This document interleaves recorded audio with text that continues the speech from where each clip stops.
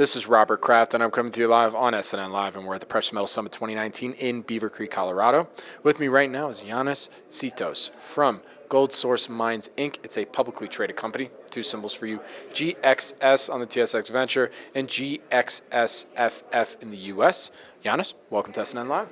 Thank you very much for giving me this opportunity, Robert, to talk to your audience. Thanks. It's great to have you on. So for our audience, let's start off with an overview of the company, and then we'll go from there. Perfect. Let's do it. Goldsource Mines is a Canadian explorer. Our head office obviously is in Vancouver, Canada, and we trade at the symbol GXS on TSX Venture. But our flag project is called Eagle Mountain Gold Project and is located in Guyana in South America, what we call British Guyana, or what used to be British Guyana. So we operate there for about 9 years now. We've got a strong team in country, but also management in Canada. We are in a kind of phase of pre-feasibility study where we try to prove some of our resources and the economics of it and try to deliver all that stuff next year. So you already alluded to my next question a little bit, but I want to get the full history of the company. Where did you start and how did you develop to where you're currently at today? How did you end up with the project in Guyana? Right. We bought Eagle Mountain through a tender process back in 2010. From I Am Gold Corporation. We spent about $22 million since that time in exploration. We also built a pilot plant 2015-16, processing with gravity only some of the saprolite ore. Now we are focused into expanding the resource. That is a compliant resource of combined between inferred and indicated close to 1 million ounces. We have done a lot of drilling since 2017. Mid of 2017, probably 11,000 meters.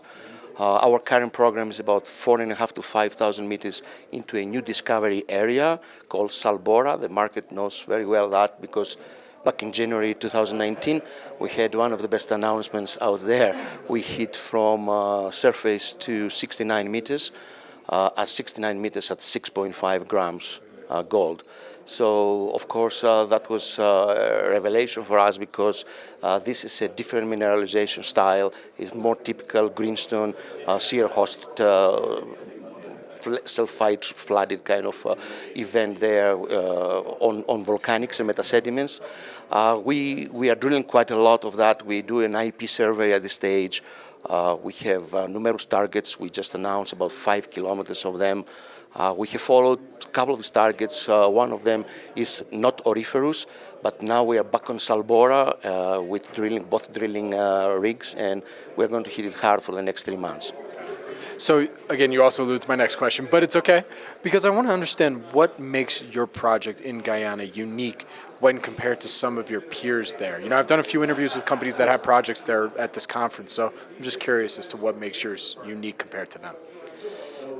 Look, we like Guyana, first of all. Guyana is an excellent jurisdiction, English language, the only English language speaking country of South America, British law, mining act that hasn't changed since 1989. So, and when we operated for 14 months, the pilot plant, we had no opposition, no social opposition, no environmental concerns at all.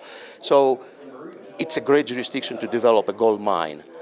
Beyond that, we like Eagle Mountain because the mineralization starts from surface.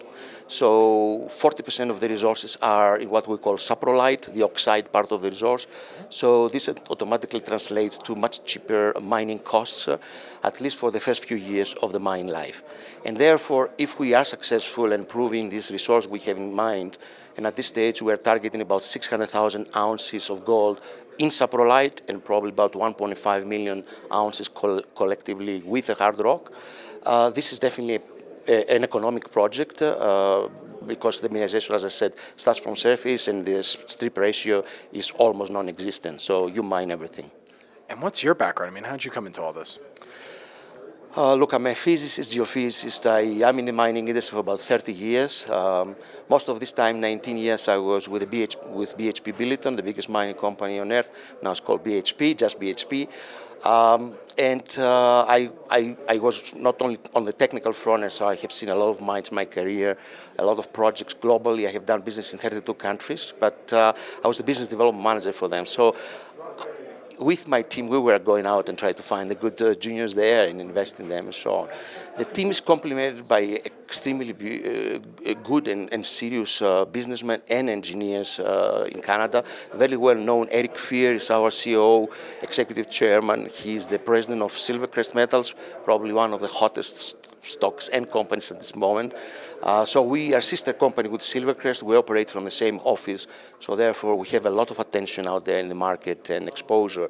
The team in Canada is complemented by a serious board of independent directors. Our CFO, Nick Campbell, is great dynamic coming out of Canaccord, mining analyst. So. And most importantly, I always say, it's not only about management, it's about the team that executes the project. So in Guyana, we carry 34 people.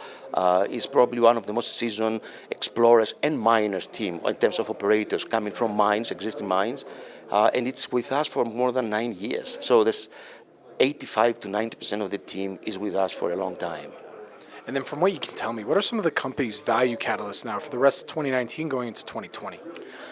Well, the value catalyst for us, we feel we are definitely under valued at this stage because we just announced some negative results on one of these targets, but nothing changes. The resource is still there and the big discovery is there. It was just the rainy season and we couldn't drill anymore the Salbora target because it's up on a hill. So we are back on Salbora now drilling. So recommend to your audience to do some homework on Goldsource and see the next news release for the next 2-3 months.